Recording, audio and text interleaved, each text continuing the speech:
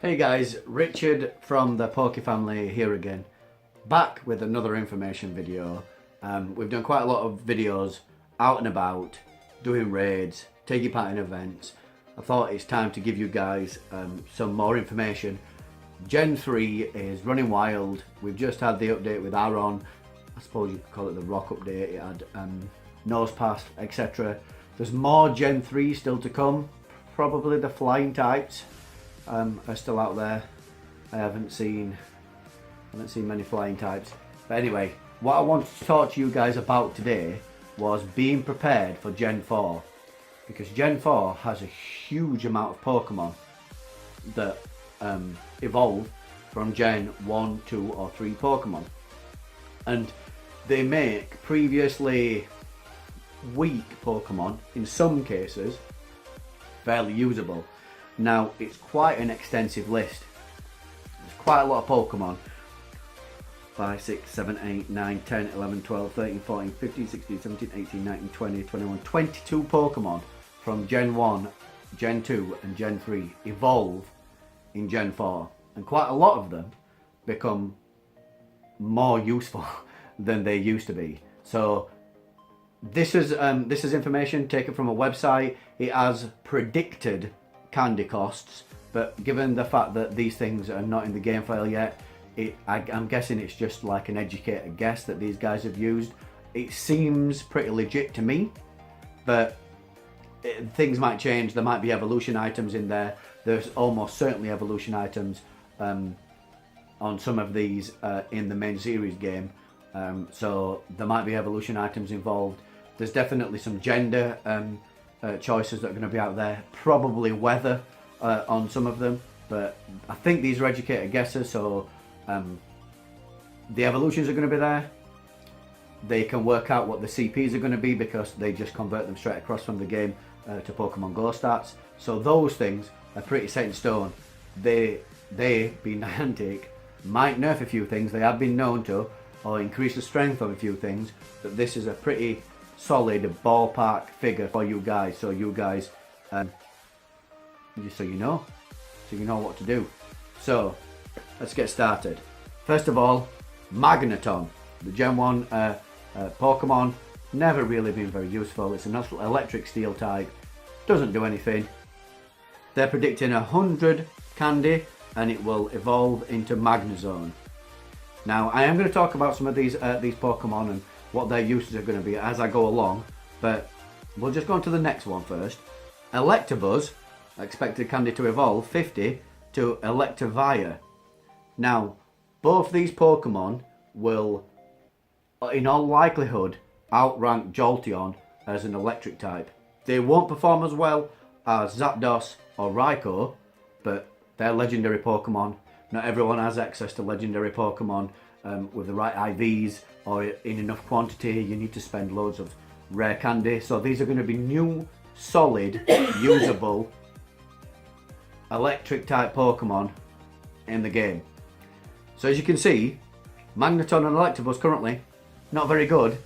Now when you evolve them, they're gonna gain some uses. Save up some candies, try and get some good IV ones, on you go. Next we've got Lickitung. Expected that it's going to cost 50 candies. That's going to evolve into Licky. It's still not going to be useful. It's got a funnier name. Licky. What were they thinking? But anyway, next one, Rhydon.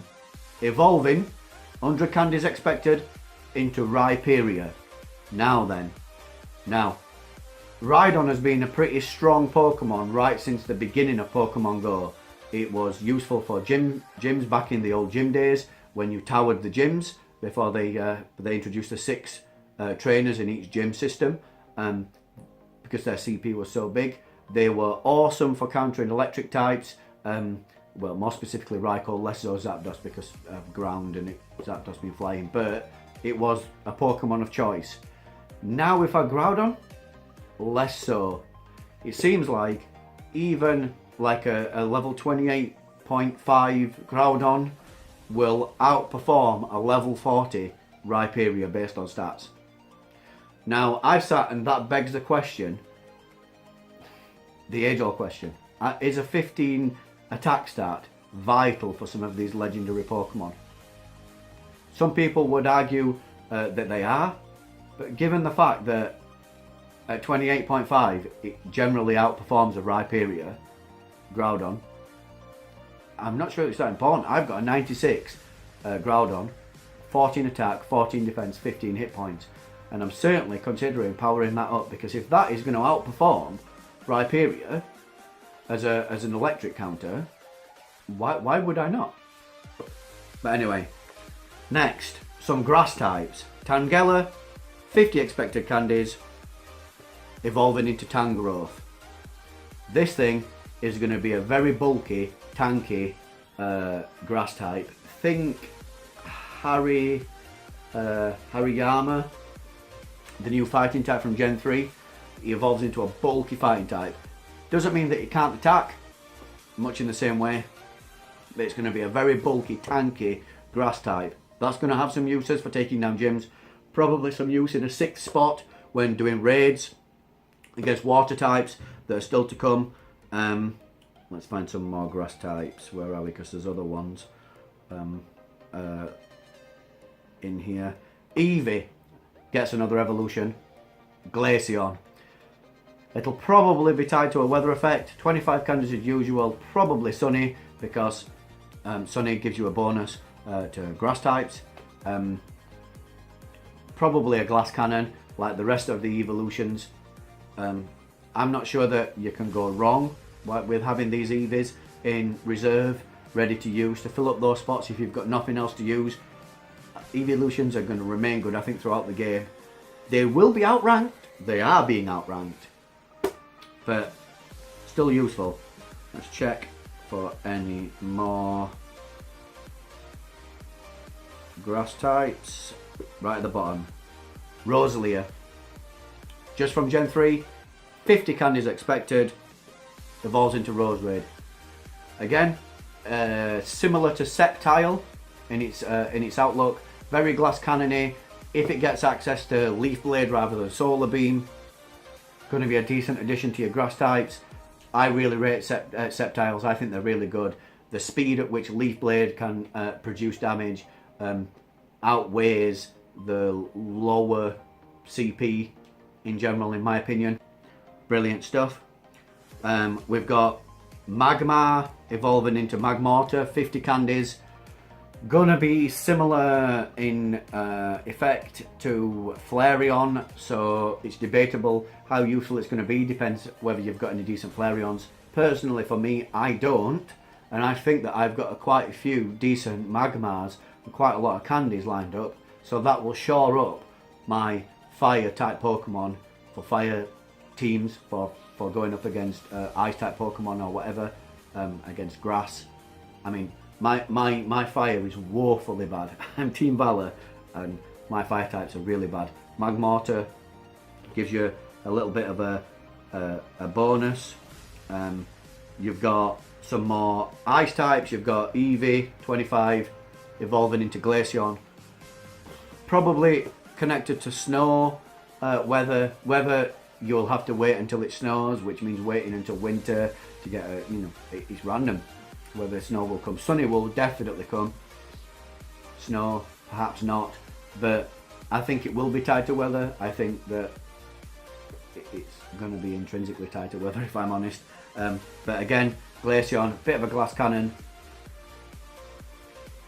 It's going to be okay. It's going to be okay. There are going to be other ice types that are going to outweigh it anyway, so I wouldn't worry too much about whether you're going to need them, but getting one might be a bit troublesome. We've got Sneasel evolving 50 candies into Weavile. Now this is going to be an ice/dark type, so again it's going to be pretty decent, glass cannony, probably outdoing Houndoom as a dark type, so coming in second behind Tyranitar probably, so decent for countering Mewtwo, for example, or other psychic type Pokemon when they come. Porygon-z, evolving. 100 candies into porygon-z. Gonna be a decent normal type Pokemon. But what are normal types really used for?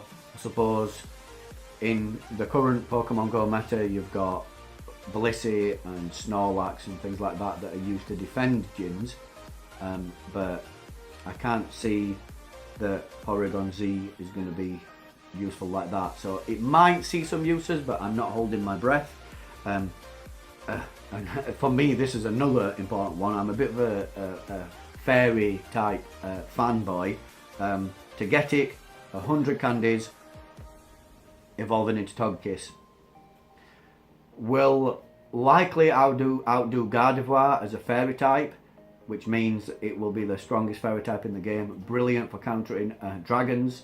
There's still quite a lot of dragon legendaries to come in the game. Togepi candies though, it's going to take a lot to get those guys going, but I think with good reason. We've got Apom, 50 candies, evolving into Ambipom. It'll be a Pokédex filler, in my opinion. Won't have any value, won't be particularly useful. You never know. Yanma, 50 candies, evolving into Yanmega, which will be a bug/flying type, which will dominate as far as bug and flying against grass types. So if there's any more grass legendaries to come, or just for taking gyms down or whatever, or level 3 or 4 raid bosses, Yanmega is going to be a good one for that, in my opinion. Another dark type, Murkrow, 50 candies, evolving into Honchkrow, will probably sit around the same level as Houndoom, but will be infinitely more accessible because Murkrows have been easy to get. Whether they continue to be easy to get, who knows, but a lot of people who play the game currently have a whole stock of Murkrow ready to go, ready for when Honchkrow comes. You've got Misdreavus, 50 candies, evolving into Miss Magius. I don't think it's going to make a dent in the ghost type. Gengar will continue to dominate there. There will be some slight competition from another Pokemon, which I'll get to in a second, but I don't think that Miss Magius will have an effect on the game. I think that it'll just be a Pokédex filler. Dusclops, 100 candies expected, evolving into Dusknoir. Now this is the guy that will kind of challenge Gengar, only in the fact that it might be easier to get. It will have a bit more stamina. I don't know. The jury's out on it. I don't think that it will take over Gengar as far as ghost types are concerned, but who knows. Now then, the all-important one in my opinion, Piloswine evolving into Mamoswine. This guy is going to be the Dragonite, the Tyranitar of the ice types. It has a huge attack start, it has decent defense and okay stamina. It's going to be the go-to choice as far as ice types are concerned. It will outperform Articuno as far as dealing damage is concerned. If you've got decent Piloswines now, level them up, get them powered up, ready to evolve. They're going to be useful against Rayquaza, should he be a regular level 5 boss. They'll be useful against other flying/dragon types, double super effective. Mamoswine is going to be huge in Gen 4. The candy should be easy to get, you should have no problem, and it's going to be awesome. Curlier, 100 candies, and a male Curlier evolving into Gallade, which is going to be a psychic/fighting type, which we've already seen with Meditite. Who knows? I mean, it could be good. Gardevoir's good, so it could be good. I'm not really sure about it. Nosepass, 50 candies, evolving into Probopass. Dex filler, just a Dex filler. And then finally, Snorunt, 50 candies, and a female evolving into a Frostlass, which is going to be a Dex filler. again. So as you can see, there's quite a lot of Pokemon there. 22, I think I said, that's going to be going up from Gen 1, 2 and 3, and quite a lot of them are going to make previously unusable Pokemon or less useful Pokemon into something that is worthwhile having. This is the reason that you've been hoarding all those 90% plus Electabuzzers, why you've been hoarding all those 90% plus Piloswines, etc, etc, etc. Get your Pokédex in order, make sure that you've got some candies. Some of them are going to be difficult to come across. This is a reason to go and chase all those Togepis that appear. It's a reason to go and do it. You want to have a stock of candy ready for Gen 4. I know we're only right in the middle of Gen 3, but now is a good time to start thinking about shoring yourself up ready for Gen 4, so you can just hit that evolve button ready and have something decent to add to your team. Now's the time, guys. See you in a bit.